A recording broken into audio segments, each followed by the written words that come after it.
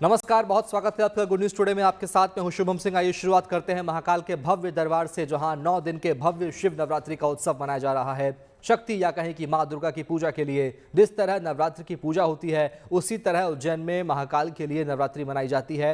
महाशिवरात्रि से पहले 9 दिनों तक महाकाल का विशेष श्रृंगार होता है। आज दूसरे दिन भी महाकाल का विशेष श्रृंगार किया गया। शिव नवरात्रि का क्या महत्व है और क्यों इस दौरान लाखों की तादाद में शिव भक्त उज्जैन आते हैं, आइए समझते हैं इस रिपोर्ट में।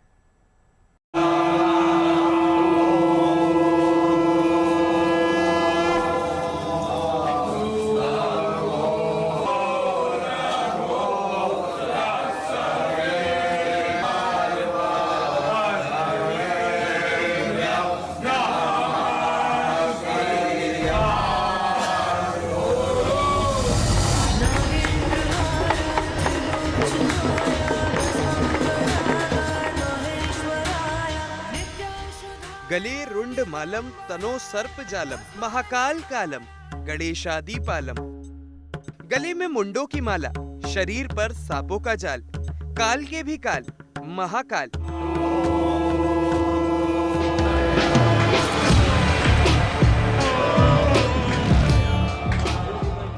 जो सभी के भगवान हैं, शिव शंभू हैं। उनकी कृपा के लिए शरण में लेने की प्रार्थना करने शिव भक्तों का हुजूम उमड़ा है महाकालेश्वर के दर्शन के लिए।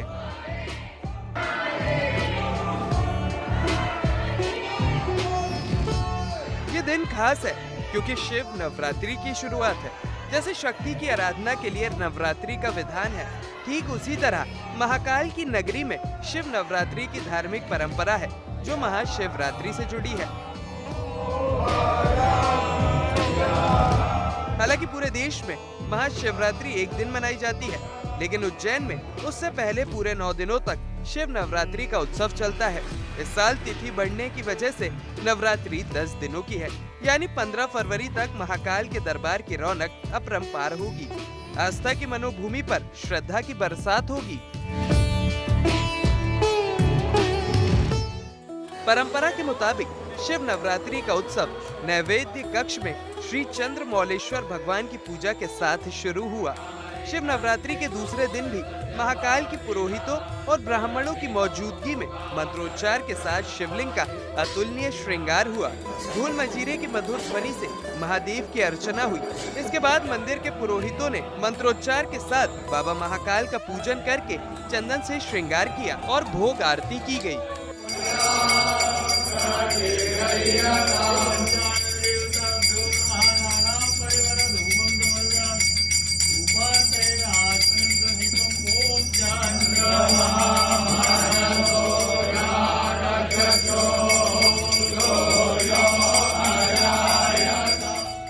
अद्वितीय श्रृंगार के बाद महाकाल का वो भव्य रूप सामने आया जिसे देखने की साध हर शिव भक्त में होती है। भारतवर्ष के अंदर एकमात्र ऐसा स्थान है जहाँ पर शिव नवरात्रि मनाई जाती है। यह शिव नवरात्रि सुख समृद्धि की कामना के लिए होती है। महाकालेश्वर मंदिर के अंदर प्रातः काल कोटेश्वर रामेश्वर की पूजन के पश्चात बाबा महाकाल के दरबार के गर्भगृह में एकादशी रुद्र का पाठ किया जाता है। उसके पश्चात सायंकाल बाबा के दरबार के अंदर भगवान महाकाल की पूजन अर्चन के पश्चात भगवान को वस्त्र धारण कराए गए हैं। मान्यता है कि शिव नवरात्रि के पावन दिनों में महाकाल के दर्शन से भक्तों की हर मनोकामना पूरी होती है। यानी शिव नवरात्रि का हर दिन महाशिवरात्रि की पूजा के समान ही फलदायी है, पुण्यदायी है। यही वजह है कि महाकाल के दरबार में और महाकाल की नगरी में शिव नवरात्रि केवल एक पर्व नहीं, बल्कि श्रद्धा, भक्ति और विश्वास का महापर्व है। पहले दिन ही मौजूद भक्तों के हुजूम को देखिए। आने वाले दिनों में ये संख्या बढ़ती जाएगी और इस दौरान आंकड़ा लाखों तक जाने वाला है। महाकाल के दरबार में 9 दिनों तक चलने वाला ये उत्सव भक्तिभाव, साधना और शिव आराधना का अद्भुत संगम है, जिसे देखने और शामिल होने की इच्छा हर शिव भक्त में होती है।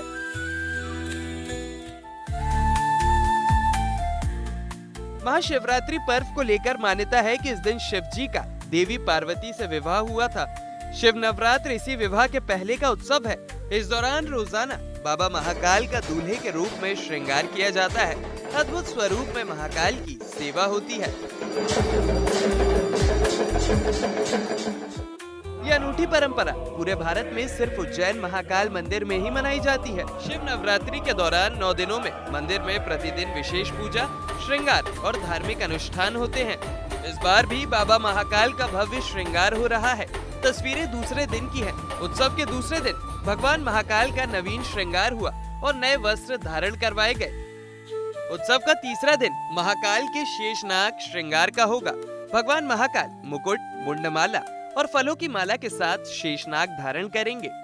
इसके बाद 9 फरवरी यानी उत्सव के चौथे दिन महाकाल का घटा टोप श्रृंगार होगा, जिसके हिसाब से बाबा महाकाल को नवीन वस्त्र अर्पित कर कटरा, मेखला, दुपट्टा, मुकुट, मुंडमाल, छत्र और फलों की माला पहनाई जाएगी। उत्सव के 5वें दिन बाबा महाकाल छबीना स्वरूप धारण कर भक्तों को दर्शन देंगे, जिसमें महाकाल को पीले रंग के वस्त्र पहनाए जाएंगे। उत्सव के 6ठे दिन यानी 11 फरवरी को बाबा महाकाल का होलकर परंपरा से श्रृंगार किया जाएगा। इसी कड़ी में 7वें दिन यानी 12 फरवरी को भगवान महाकाल मनमहेश श्रृंगार में भक्तों को दर्शन देंगे, जबकि 8वें दिन 13 फरवरी को भगवान महाकाल को उमा महेश स्वरूप में सजाया जाएगा। इस दिन भगवान के श्रृंगार में मां पार्वती के श्रृंगार की झलक नजर आएगी। शिव नवरात्र के अंतिम दिन यानी 14 फरवरी को भगवान का शिव तांडव रूप में श्रृंगार होगा।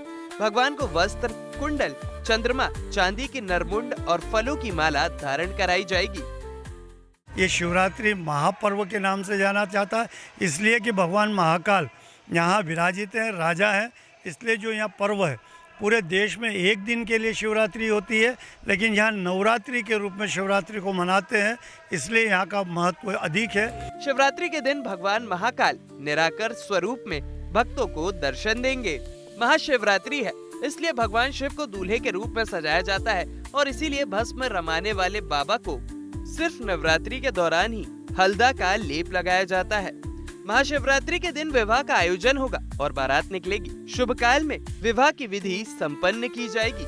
शिवरात्रि का महत्व इसलिए ज्यादा है क्योंकि शिव भक्तों को भगवान के शेषनाग और चंद्रमौलेश्वर समेत कई रूपों के दर्शन होते हैं। महाशिवरात्रि के बाद दूल्हा बने बाबा का सहरा दर्शन भी होता है। बहरहाल बड़ा आयोजन है, इसलिए तैयारी भी बड़ी है। उज्जैन में शिव विवाह उत्सव के बेहतर इंतजाम के लिए प्रशासन और समिति की बैठक हो चुकी है। सभी व्यवस्थाओं पर बात हो चुकी है। दिशा निर्देश पर काम शुरू हो चुका है। बड़ी तादाद में शिव भक्त उज्जैन पहुंच चुके हैं और ये सिलसिला यूं ही महाशिवरात्रि तक जारी रहने वाला है, क्योंकि गौरा से शिव शंभू की शादी की सालगिरह है, जिसमें शामिल होना भी आराधना से कम नहीं। उज्जैन से संदीप कुलश्रेष्ठ के साथ bureau report, good news today.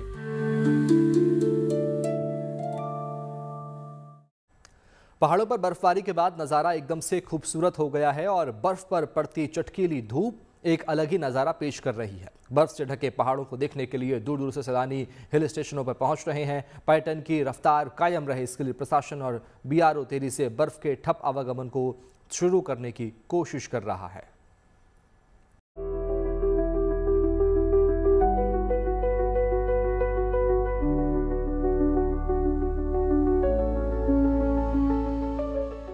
Jammu Kashmir में भले ही अभी बर्फ नहीं गिर रही हो, लेकिन 1-2 दिन पहले हुई बर्फबारी के निशान इतने गहरे हैं कि कहीं कहीं तो 7 से 8 फीट बर्फ जमी है। लेकिन बर्फबारी की वजह से नजारा भी बेहद खूबसूरत सा लग रहा है। सड़कों पर जमी बर्फ तेजी से हटाई जा रही है ताकि आवागमन शुरू हो सके और 2-3 दिनों से सुस्त पड़ा पर्यटन उद्योग में तेजी आ सके।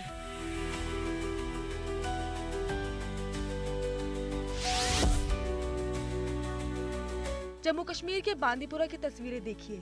यहाँ के रजदान टॉप, दावर, बगटोरे, कंजलवान, गुरेज और तुलैल ताजा बर्फबारी के बाद पूरा इलाका सफेद हो गया, मानो कुदरत ने इलाके का बर्फ से श्रृंगार कर दिया हो। हालांकि बर्फबारी से यातायात पर असर हुआ है और आवाजाही फिलहाल बंद कर दिया गया है।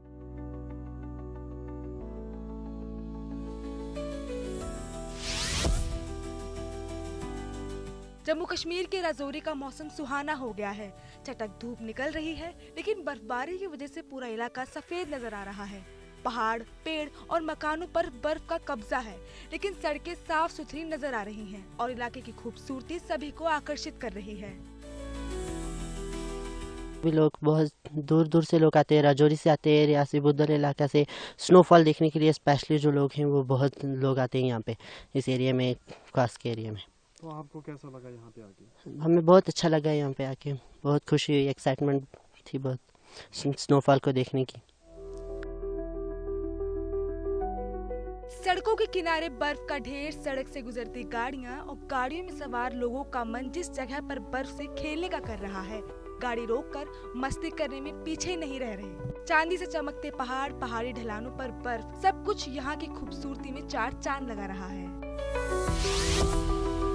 गुलमर्ग में तो मानो प्रकृति की मेहरबानी बरसी है। यहाँ पर भले ही बर्फ का कब्जा है, लेकिन सड़कों से बर्फ हटाई जा चुकी है। मौसम साफ हो गया है, इसलिए ये जगह पर्यटकों को आकर्षित कर रही है।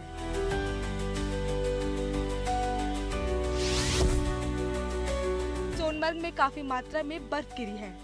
सब तरफ कई फीट तक बर्फ जम गई है। रास्तों से तेजी से बर्फ हटाई जा रही है ताकि आवागमन का रास्ता चालू हो सके। बाकी यहाँ भी मौसम साफ हो चुका है। सूर्य की किरण जब बर्फ पर पड़ रही है तो अलग सा सौंदर्य देखने को मिल रहा है। जोजिला दर्रे के पास भी बर्फ का अंबार लगा हुआ है और यहाँ भी तेजी से बर्फ हटाने के काम में BRO की टीमें लगी हुई हैं। श्रीनगर में भले ही बर्फबारी नहीं हो रही है, लेकिन तापमान माइनस में रिकॉर्ड किया जा रहा है। यहाँ पहुँच रहे सैलानी शिकारा का जमकर आनंद उठा रहे हैं, जबकि कुछ सैलानी यहाँ से आगे पहाड़ों का रुख कर रहे हैं ताकि बर्फ का दीदार हो सके। श्रीनगर से अशरफ वानी के साथ bureau report, good news today.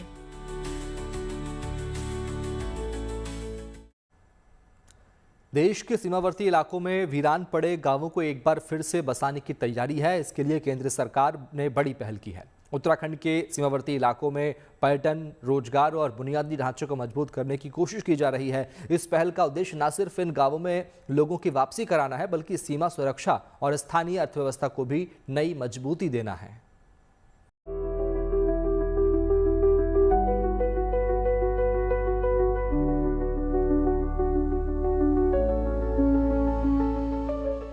Bharat सीमा से लगे वो गांव जहां कभी सन्नाटा छाया हुआ था, अब वो एक बार फिर से गुलजार हो रहे हैं।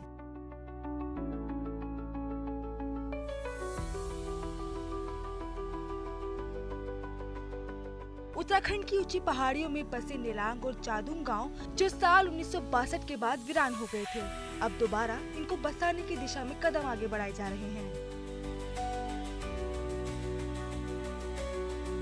केंद्र सरकार की वाइब्रेंट विलेज योजना के तहत इन सीमावर्ती क्षेत्रों को फिर से संवारने की तैयारियां तेज हो चुकी हैं।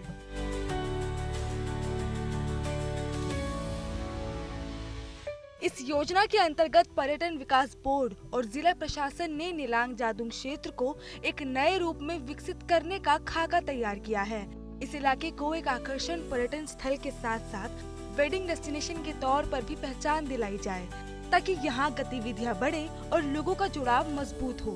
इस पहल का प्रमुख लक्ष्य सीमावर्ती गांवों में रिवर्स माइग्रेशन को बढ़ावा देना है, जिससे लोग दोबारा अपने मूल स्थानों की ओर लौट सकें। इसके साथ ही सीमा सुरक्षा को सशक्त करना और स्थानीय निवासियों के लिए रोजगार के नए साधन तैयार करना भी इस योजना का अहम हिस्सा है। होम स्टे मॉडल के जरिए क्षेत्र की संस्कृति, परंपराएं और जीवन शैली को पर्यटकों तक पहुंचाने की भी तैयारी की जा रही है। पर्यटक यहां रुक सके और गांव की आत्मा को करीब से महसूस कर सकें। वाइब्रेंट विलेज स्कीम में UTDB के सहयोग से और उन्हीं का एक प्लान है, डायरेक्शंस भी हैं और माननीय मुख्यमंत्री जी का भी इसमें उन्होंने रिव्यू भी करा है। जादोंग में हम लोग 14 बना रहे हैं होम स्टेज। तो ये सब वो गांव है जो किसी समय पे 1960 वॉर में गैर आबाद हो गया था। तो उन्हीं लोगों की जमीन पे उनकी सहमति के उपरांत हम लोग होम स्टे बना रहे हैं पारंपरिक शैली में। ये होम स्टे में 8 पूर्ण होने की स्टेज पे हैं, जो ये जाड़े का मौसम समाप्त होते होते स्टेज पूरा उनका कंप्लीट हो जाएगा।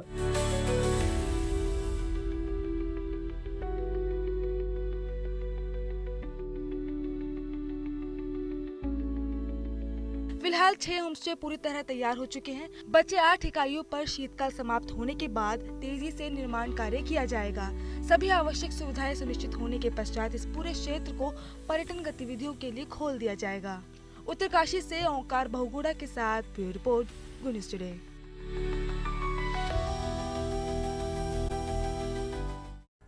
दिल्ली वालों के लिए गुड न्यूज़ है। यमुना नदी में बोटिंग के जरिए पर्यटन को बढ़ावा देने के लिए मुंबई से चली पहली लग्जरी क्रूज बोट दिल्ली के सोनिया विहार पहुंच गई है, जिसका शुभारंभ 20 फरवरी के आसपास होने की उम्मीद है। इससे पहले इस क्रूज का ट्रायल रन किया जाएगा। Eco friendly solar hybrid cruise Sonia Vihar से जगतपुर के बीच लगभग 6 से 8 किलोमीटर के रूट पर चलेगी। इस बोट में 32 से 40 यात्रियों के बैठने की व्यवस्था है। इसमें भोजन, मनोरंजन, म्यूजिक जैसी सुविधाएं भी मिलेंगी। जैसलमेर के धोरों में शनिवार से सुपर कारों का इवेंट द डेजर्ट स्टॉर्म शुरू हुआ। 4 दिन तक चलने वाले इस इवेंट में देश की सबसे महंगी लैम्बोर्गिनी कार भी शामिल है। इसकी कीमत करीब 13 करोड़ रुपए बताई जा रही है। इस इवेंट में 14 सुपर लग्जरी कारें शामिल हैं, जिनकी कीमत 2.5 करोड़ से शुरू होती है। खास बात यह भी है कि इसमें माधुरी दीक्षित के पति डॉक्टर नैने से खरीदी गई पोर्शे कार भी है। 4 दिन तक चलने वाले इस इवेंट में कारों का काफिला जैसलमेर के अलग अलग किलों, इमारतों का दौरा करेगा। इसकी शुरुआत साल 2019 में हुई थी और अब तक ये काफिला कई शहरों को एक्सप्लोर कर चुका है। हिमाचल, सिक्किम के कई जगहों के बाद ये टीम इस साल जैसलमेर पहुंची है। इंसान लगातार सफर के आसान और आरामदेह साधन तलाशता रहता है, नए नए आविष्कार भी कर रहा है। पेट्रोल डीजल से होने वाले नुकसान और उनकी महंगाई को देखते हुए पहले जमीन पर चलने वाली इलेक्ट्रिक कारें बनाई गई और अब ऐसा इलेक्ट्रिक उड़न खटोला भी बन गया है जो कभी कार तो कभी हवा से बातें करने वाले हेलीकॉप्टर के रूप में सफर को शानदार बना सकता है। देखिए इस रिपोर्ट में।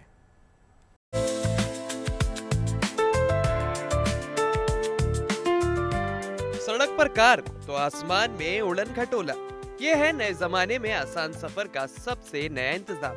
इसको देखकर आप रोमांचित हो सकते हैं और हैरान भी हो सकते हैं, लेकिन ये कोरी कल्पना नहीं बल्कि हकीकत है। इस अनोखे उड़न खटोले का निर्माण चीन में किया गया है। चीन के aerospace science and technology corporation ने इस ईवीटॉल यानी electric vertical take off and landing aircraft को बनाया है। खास बात यह है कि यह ऐसा इलेक्ट्रिक वाहन है जो बड़ी आसानी से कार में और हेलीकॉप्टर के समान उड़ान भरने वाले उड़न खटोले में बदल सकता है। यानी सड़क पर सफर के लिए यह कार है तो आसमान में एयरक्राफ्ट का काम कर सकता है। बताया जा रहा है कि यह ईवीटॉल 150 किलोमीटर प्रति घंटे की रफ्तार से उड़ान भरने में सक्षम है। इस पर एक साथ 2 लोग सवार हो सकते हैं और ये 3000 मीटर से नीचे उड़ान भर सकता है। कार के रूप में फुल चार्ज होने पर इससे 300 किलोमीटर तक का सफर किया जा सकता है। हाल ही में चीन के चोंगकिंग में इस कार कम प्लेन ने पहली बार उड़ान भरी और इसके साथ ही नए युग में सफर का यह नया साधन सबके सामने आ गया। इस ईवीटॉल को मल्टीपर्पस व्हीकल के रूप में विकसित किया गया है। इसे सफर के साथ साथ सामानों की ढुलाई और आपातकालीन सेवाओं के लिए इस्तेमाल किया जा सकता है।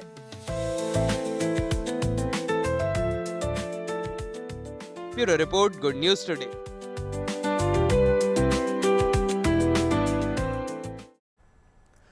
अभी के लिए इतना ही। बाकी अच्छी खबरों के लिए आप देखते रहिए गुड न्यूज़ टुडे, क्योंकि अच्छी खबरों का सिलसिला यहाँ कभी नहीं थमता। नमस्कार।